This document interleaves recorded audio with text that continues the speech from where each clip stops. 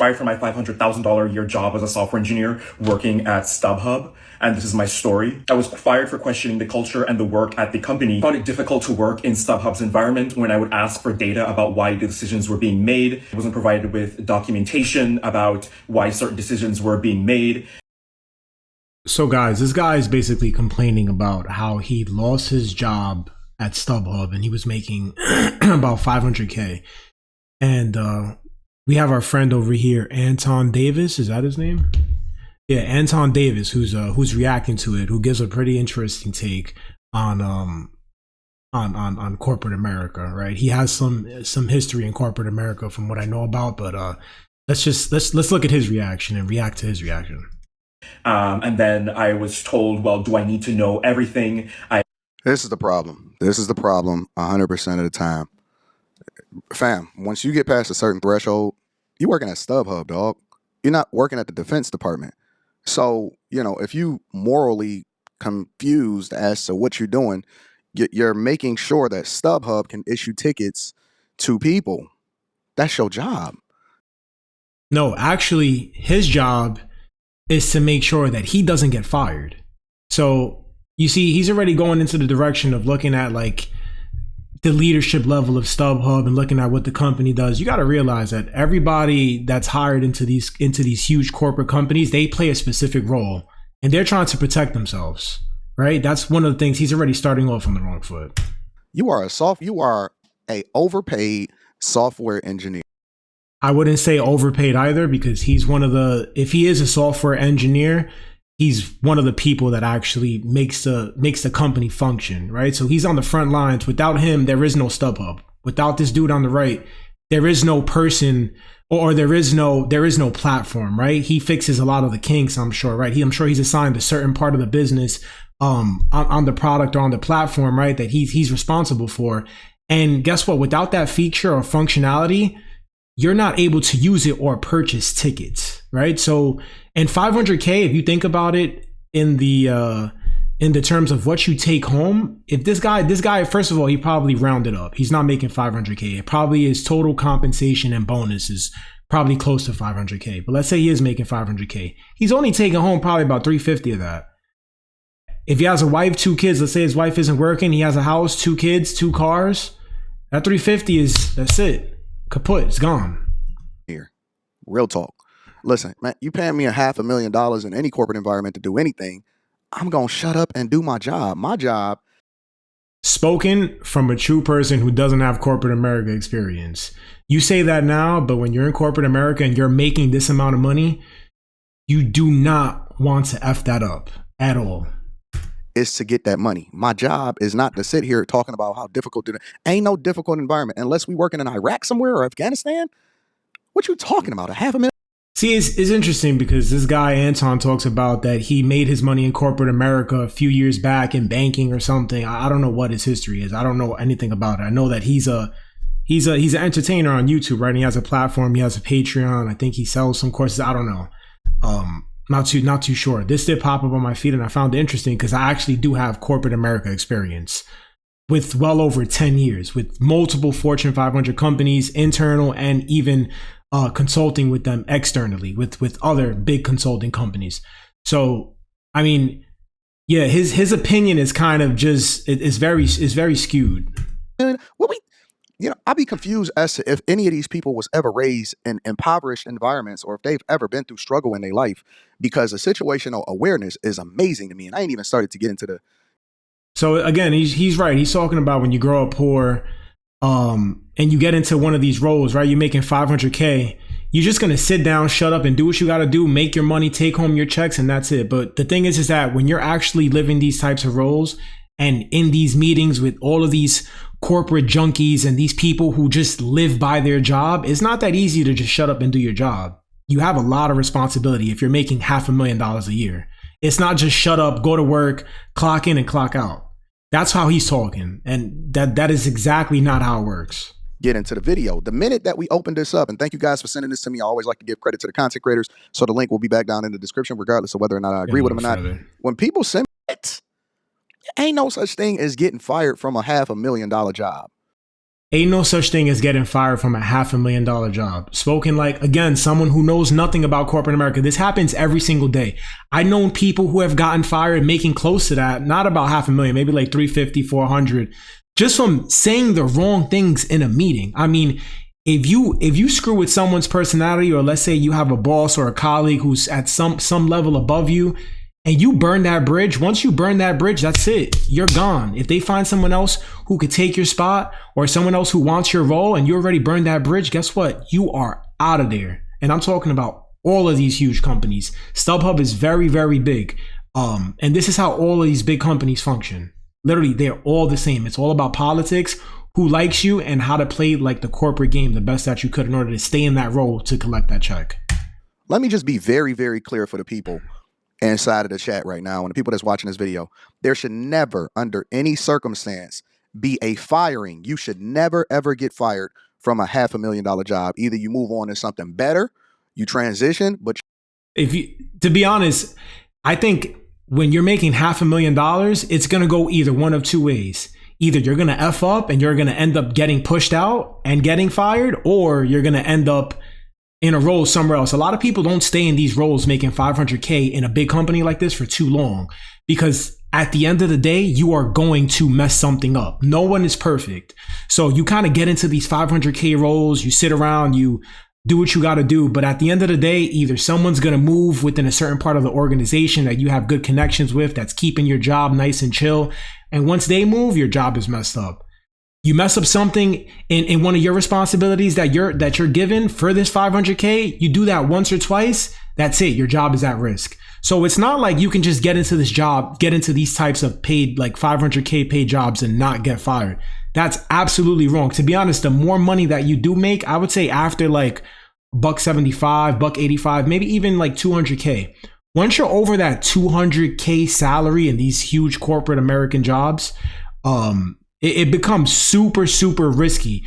Every single word that you say in a meeting, every single email that you send, I mean, the way that you're dressed, the way that you present yourself, you may miss one meeting, you may be late to one other one. I mean, everything is remembered with these people, because these people, when you're making this type of money, you're not reporting to people that are not seniors, right? You're reporting to senior people who like run the company, right? You're making $500,000 at a big company. You're not at the bottom of the totem pole. You're at the top, and at the top, there's very high scrutiny. So yes, to be honest, it's actually the opposite of what Anton is saying. Unfortunately, he doesn't know about corporate America too much. But I wouldn't go by what he's saying. It's just not right. You, under no circumstances, should never fumble the bag. Ever. Ever. I agree with what he's saying, though. You shouldn't fumble the bag, but there's a very political and red tape game that you need to play when you're in these jobs. Ever, under any circumstances, unless you're working for the federal government and you overseeing some drone program that you don't agree with morally or ethically, that's a whole nother conversation. But we are so spoiled. Dog, this is the most spoiled. I'm sorry I'm going on this little rant, this little tangent right now, but I got to get this off my chest. We are the most spoiled people on the face of this earth.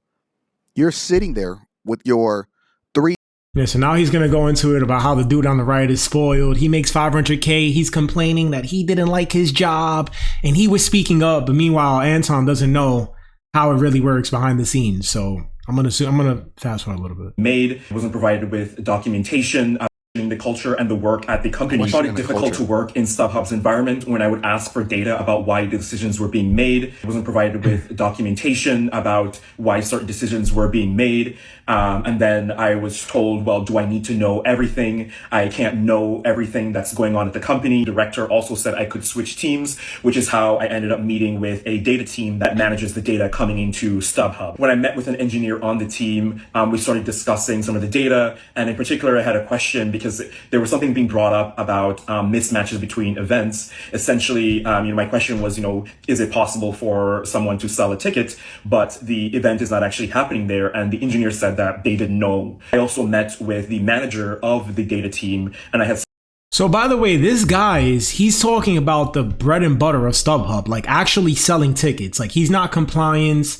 He's not one of these guys who check the boxes like in a company where they just go in and they're not doing too much, right? Their job isn't necessary. It sounds like he had an important role, right? Like he just said he wanted to know if you can sell a ticket for an event that is not happening, right? So this is super important, right? Because I'm sure it relates to his job.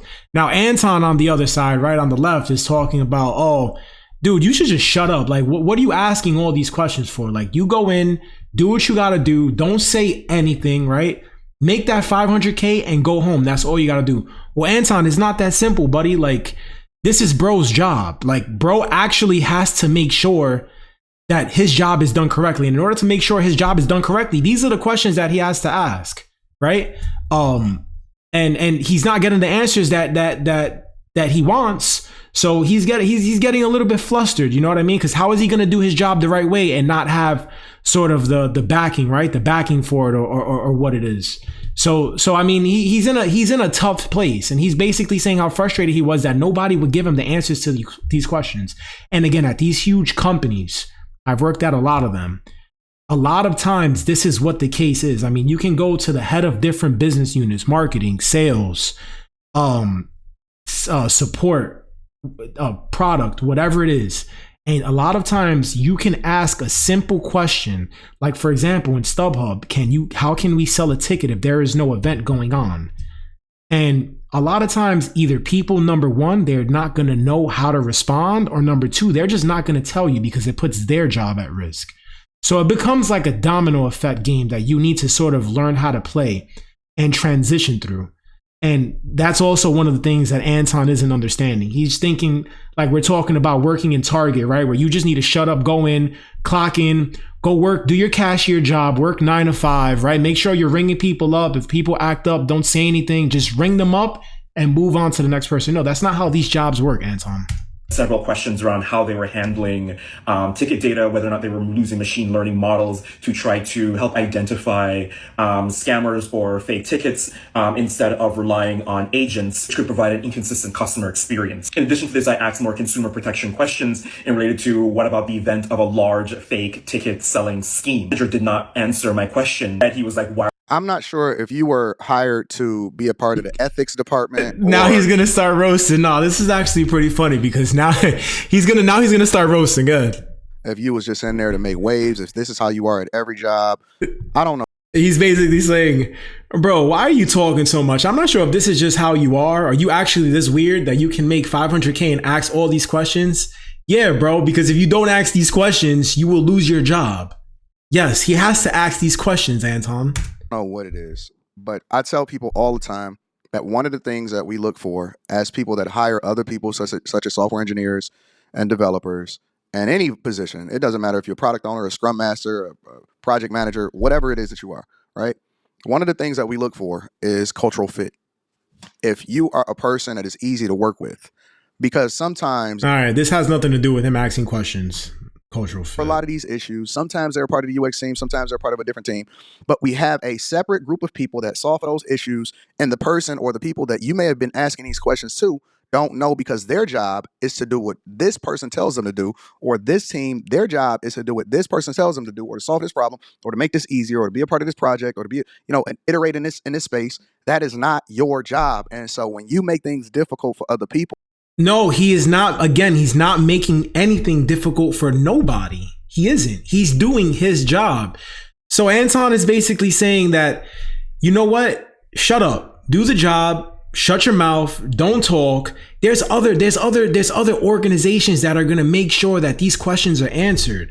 Like there's other compliance organizations and audit departments, right, that can check these things. This isn't your job, and you're just being very difficult to work with. Why can't you just do your job? And at the end of the day, it's sad, right? Because like I said, Anton just doesn't know what goes on behind the scenes. And sadly, these are the things that you have to do to keep these jobs. Like you may have a very simple task in your corporate job, but in order to keep that corporate job and make sure the bowl continues rolling, you have to cover your ass. And in order to cover your ass, these are the questions you always have to ask. And guess what? They can't be asked verbally. A lot of these questions need to have a paper trail. You got to make sure that you got whoever it is that's in charge of making sure that you have these answers, have it in paper. Because even if somebody tells you these answers over the phone, right, like about how the product works or how the platform is working or any kinks that are happening right now, right, like you need to make sure that it's noted and it's filed on paper, because if something happens later on and it comes back to you, guess what? If you don't have it on paper, It's going to come down to who covered their ass better, right? And best believe that in this environment, these companies are not afraid to fire somebody who makes 500K, because best believe there is someone else that will take less of a pay to do the same job with more experience. 1,000%. Instead of spending more time and energy on the thing that we hired you for, then you create waves, you put a target on your back, and eventually they're going to put you on a pip and they're going to get you up out of there. You are at-will employee in the first place. Half an M a year, and you're sitting there talking about language models and machine learning on protecting. Man, if you don't do your job, if nobody around you and none of your friends ever told you to do your job, shut your mouth and do your job, then that's an issue. That's the bigger issue. And I'm sorry, maybe I'm on the outs here. Maybe I just come from an environment where $500,000 a year on a job was unfathomable. It was a dream. And maybe y'all standards is just higher than mine. Maybe you want some great people on with your stuff, but that is crazy to me. Are you asking these questions? I also ask questions related to the responsibility. If you know, the fact that you on the internet talking about your previous employee. And he just continues roasting, bro. He does not stop. He's just he's roasting bro away. Bro is online. This looks like a TikTok video that he's reacting to, right? The guy's putting his experience. He's putting his bad experience out there, right, with his previous employer, who he actually revealed StubHub, and right, it's in good faith and good cause. And you got Anton. He's just roasting him, bro. Just roasting him.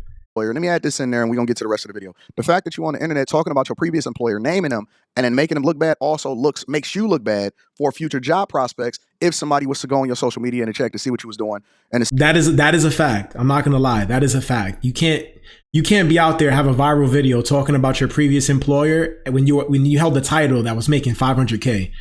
So if they see this video, or if anybody gets a hold of this, even after you get a role, they're going to get you up out of there fast.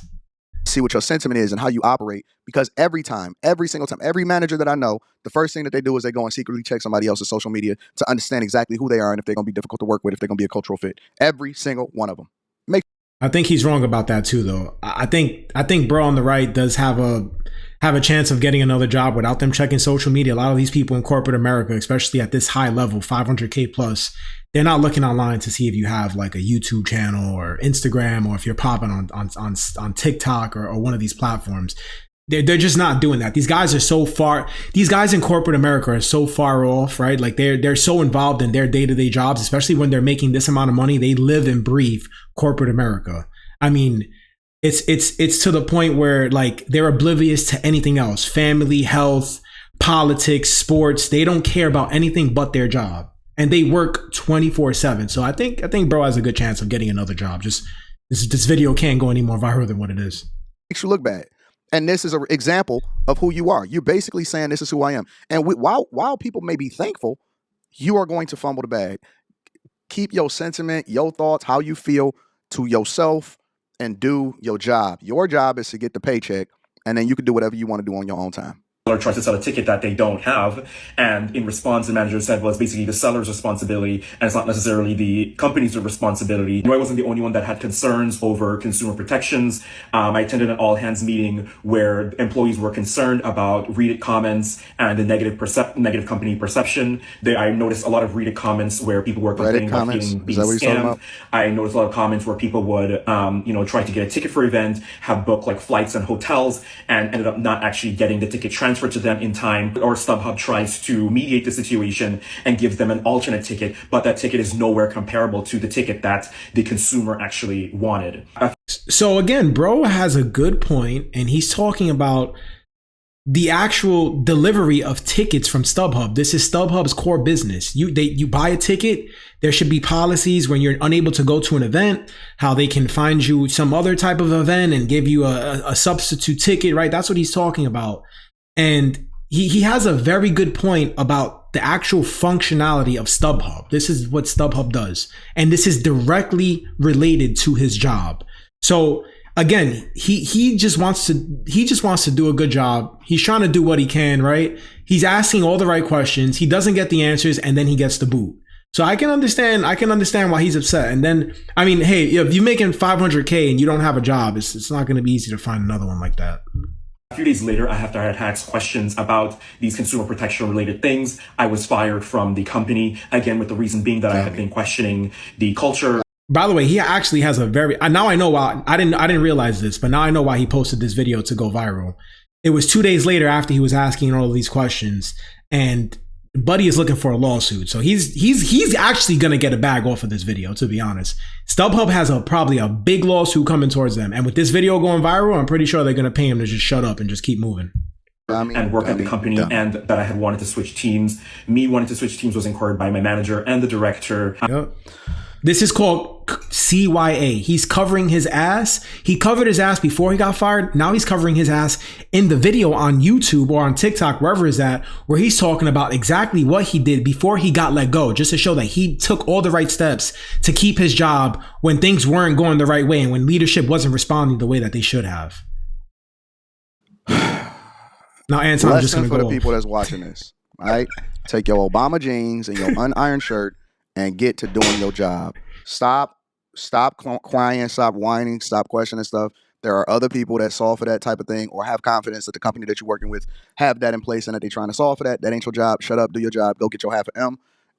All right, Anton. So this was a very entertaining video. I'm going to go through some more of these reactions from Anton, because his reactions to corporate America is actually pretty funny. But yeah, I mean, again, he just wants you to shut up, do your job. Point of the matter is that it's not that simple, guys. When you're making 500K, I would say, like I said before, over 200K, it's not easy to just have a job, go in, shut your mouth and do it, especially with these big corporate companies where they're consistently looking to save money, get rid of you, try to get the job done for a lot less of a paycheck to somebody else. So it's just, at the end of the day, it's not that simple.